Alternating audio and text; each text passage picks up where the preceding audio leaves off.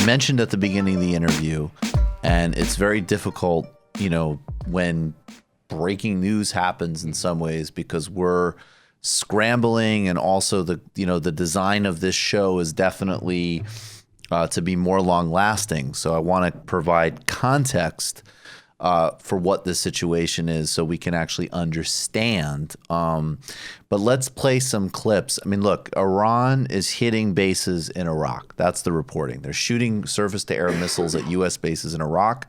These bases also store have a lot of Iraqi soldiers. So the other big kind of potential fallout from this, in addition to the escalation in the United States, could be precisely. Now, I don't know the makeup here. I mean, presumably, the Iraqi army, it could be Shia, it could be Sunni. I don't know the implications in terms of internal sectarian politics in Iraq as a result of these strikes. What do we have here? This is just a clip. It's sort of the liberal MSNBC guest. And here we are. And now, of course, you will see a massive outpouring of warmongering from people who every day, the rest of the week, Donald Trump is so uncouth, Donald Trump is so dangerous, Donald Trump is so this and so that. I mean, that is all MSNBC and CNN content seem to be. Here is Ari Melber, or I believe, having General Barry McCaffrey. Now, General Barry McCaffrey, the last I checked, and you should look up, there was a piece in The Intercept I would like one of you guys to find that just came out today, basically saying all of these cable networks should disclose all of the defense industry positions that all of these ghouls that come on these fucking shows promoting war sit on. But let's watch this clip with Jerry. This is Barry McCaffrey just now on MSNBC, warmongering. General McCaffrey, with the moment we have left, what should people keep in mind? Well, I think we'll wait till the facts come in. It sounds as if the Iranians have made a strategic decision to directly employ military power against U.S. forces in the region. I don't think, as Ben mentioned, we've seen the end of this. They're announcing this is a phase of a more comprehensive attack. And I would think that the days ahead are going to be perilous, because our only good response at this point is an overwhelming dominance of U.S. air and naval power that can be employed against the Iranian homeland. And that means against the IRGC, their submarine force, their fast boats, their rocket units. When that goes, we're really into high-intensity warfare with the Iranians. So this is absolutely catastrophic. We already have lived most of if you are in your 30s, your adult life, not to mention if you're younger, we'll talk about fighter pilots in Afghanistan who were born after the September 11th terrorist attacks. Afghanistan, longest U.S. war in history, still killing endless Afghan civilians, have blown off U.S. soldiers' legs, U.S. soldiers have died, endless war crimes, endless political stagnation. And at the end of the day, a stalemate, because people don't like their countries occupied by foreign forces. And it benefits the arms and defense contractors. It benefits the Pakistani intelligence agencies. It benefits, the warlords in Afghanistan. It benefits the heroin trade. It benefits CIA budgets. It benefits predator drone programs. Then, of course, we have Iraq. This is all still spilling out of Iraq. And by the way, the latest reporting and claims from Iraqi officials, which I have no reason not to believe, is that General Soleimani, and think about it, this guy flew into Baghdad on a commercial flight. This is somebody whose whole life is in intelligence operations, is in building guerrilla armies, in subterranean tactics. He flew on a commercial flight into Baghdad, not trying to hide his presence, promptly met with the Iraqi head of a Shiite militia, who was the other person assassinated in this drone strike. And the point was that apparently they were there to meet to begin some type of indirect dialogue or convey a message to Saudi, because apparently The Gulf states had concluded that this war that they had been pushing for wasn't going to happen, and they needed to actually rethink their strategy with regards to Iran. You have that assassination. He's not going to be here till about 8:30. You have, thanks though. You have that assassination. The Iranians, and look, this is what I'm talking about here. This is why, we have to have the bigger and broader conversations. But for purposes of what's happening right now, we are the pure aggressors. We are the pure aggressors.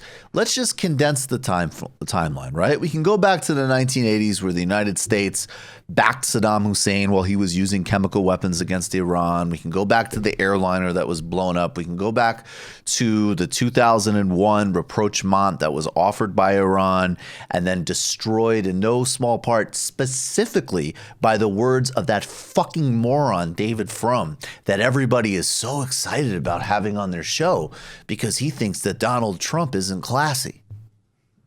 He wrote the Axis of Evil speech and helped put Iran in the crosshairs of a dangerous, belligerent, lunatic Bush administration, even as Iran had been coordinating against the Taliban because they were, of course, opponents of the Taliban. So then you go fast forward. By the way, you have two Iran deals. The first Iran deal is negotiated by President Lula and with the support of Turkey. It's a very similar deal. It's rejected by Obama and the Europeans very basically because the U.S. didn't do it. It was a statement about we don't want a developing world leader to get the credit for that kind of diplomatic breakthrough. But you had Iranian stakeholders already agree to that. Period.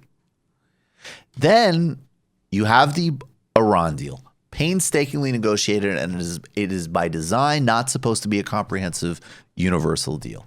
It is supposed to deal with the nuclear program, which, by the way, has never been proven and has been vehemently denied with no serious countervailing evidence that they wanted to weaponize. And by the way, is there any lesson for anybody in the world to learn from all of this other than, oh, fuck, I better proliferate a weapon as quickly as possible?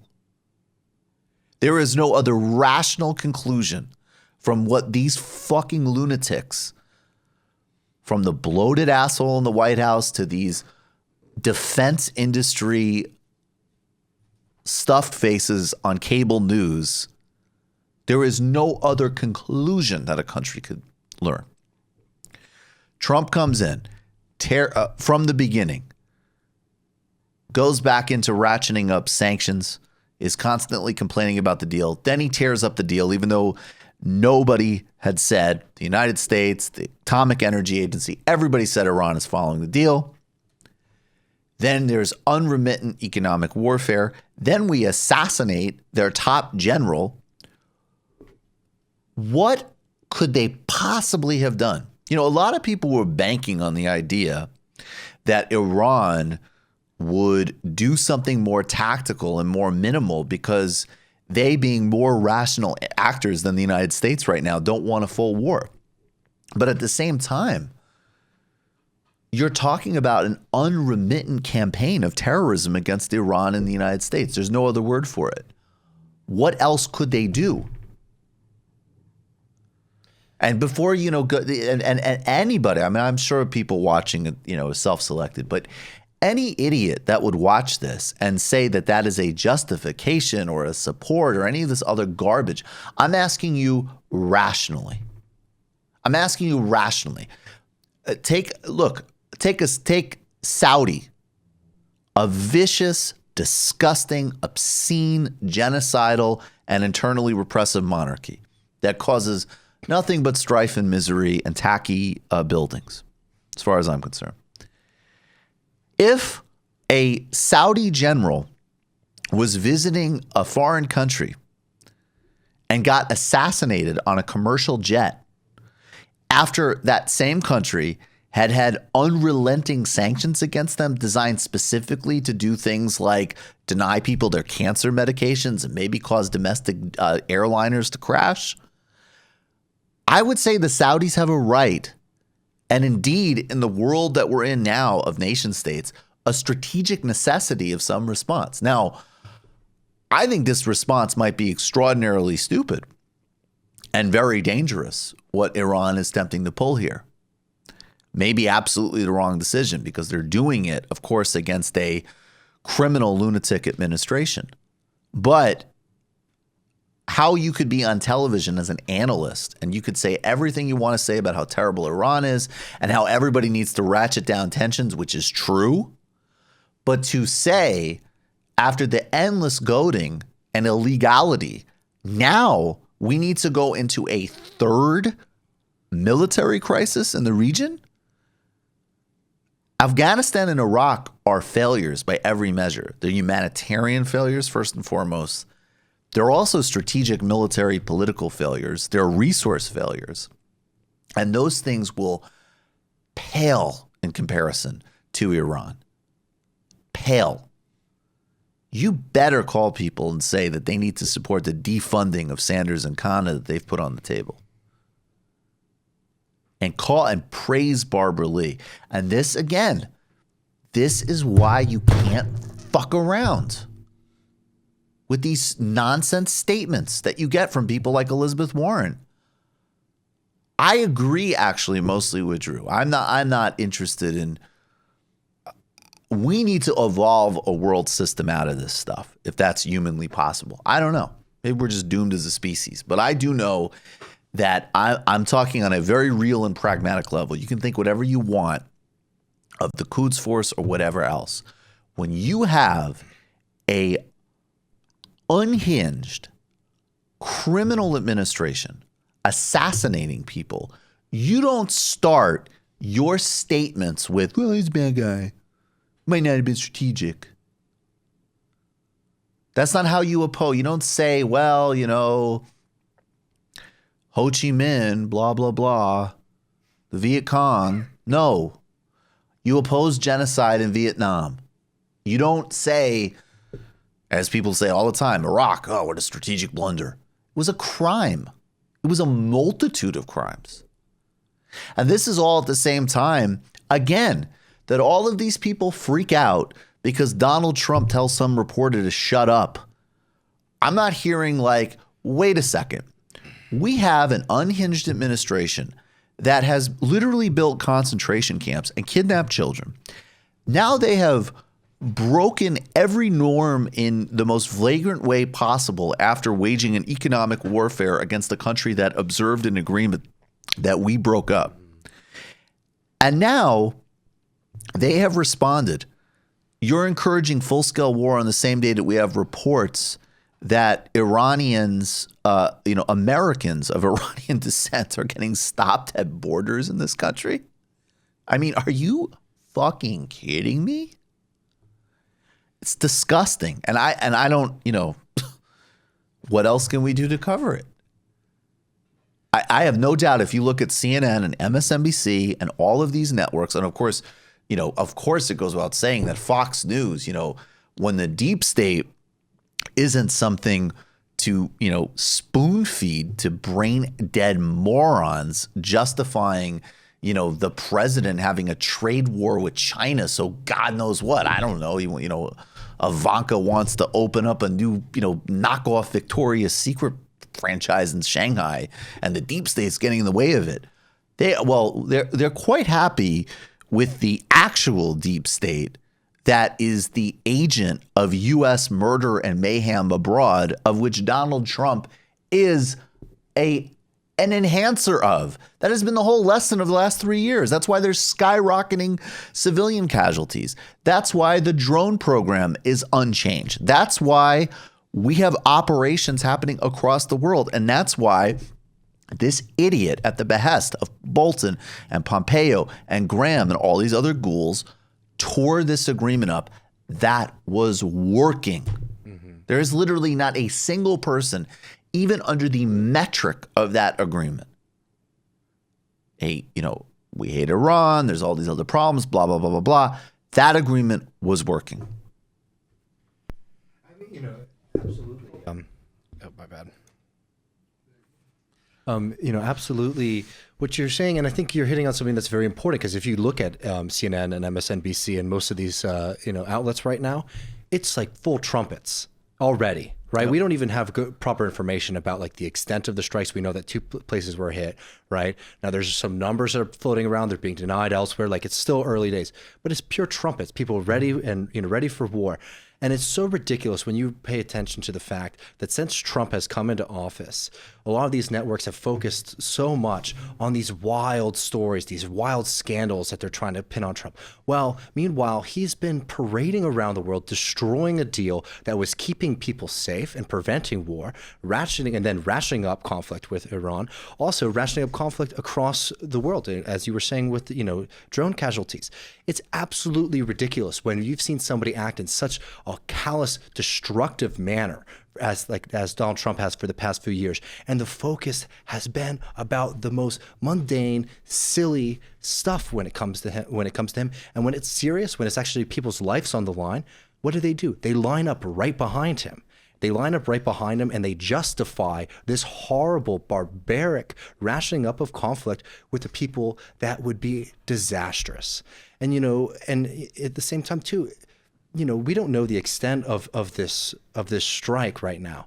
But what we do know is that Iran is in a situation where the second most powerful person in their state was just assassinated. And how are they going to respond? And, how do you expect any other kind of response? There is no country in the world. You could take, this will be politically incorrect for a certain type of person, not a global, vicious campaign. But, again, if this happened to the United States, there would be a legitimate response. If this happened to China, there would be a legitimate response. If this happened to Saudi Arabia, if this happened to Israel, if this happened to Uganda, if we are in a nation state system and you take out a top general on a commercial flight and then threaten war crimes on Twitter, after strangling an economy for years, after breaking an agreement that they followed. I mean, it is insanity. It doesn't require any leftism or even any particular extraordinary empathy. This is basic rational thinking. And again, that is why I can't abide. People still whine about the Warren criticism, but it's like, look, this is serious shit. This is like, I get it. It's great. She wants to regulate the banks. Fantastic. Great. There is a whole world that we affect. Every single corner of this earth. This guy did something that is so unbelievably reckless and flagrant. And there's nothing else to say about it other than full, unequivocal resistance. There's no strategy. There's no mealy mouth. There's no bullshit. And again, I'm singling her out because, again, some people want to kind of joke about or, whatever, minimize the progressive lane. I expect Joe Biden and Pete Buttigieg they are architects of the problem. Okay? So it's not even a question that they're going to come out and essentially agree to it in principle and, make some type of minimalizing, nerdy critique. But anybody that has pretensions of progressive leadership, I'm sorry. This stuff is not, it's too bad. But I'd like more plans. Can we also just highlight this too, because I think it's very important, the irresponsibility of rationing up this conflict in the first place because of what it's doing to Iraq, a country that has already suffered under the heel of U.S. imperialism, to now turn it into a de facto, theater of conflict between Iran and the United States is just so disgusting. The fact that, there's bombs flying over Iraq right now is just another example of just the horrors that we've created in this region. And, a real tragedy for the people in this country who have just seen endless warfare. Sick. You just watched a Michael Brooks show video. Subscribe to get them all. Why wouldn't you? Don't be foolish. click subscribe below and become a patron as well. Patreon.com/TMBS. Thanks, everybody.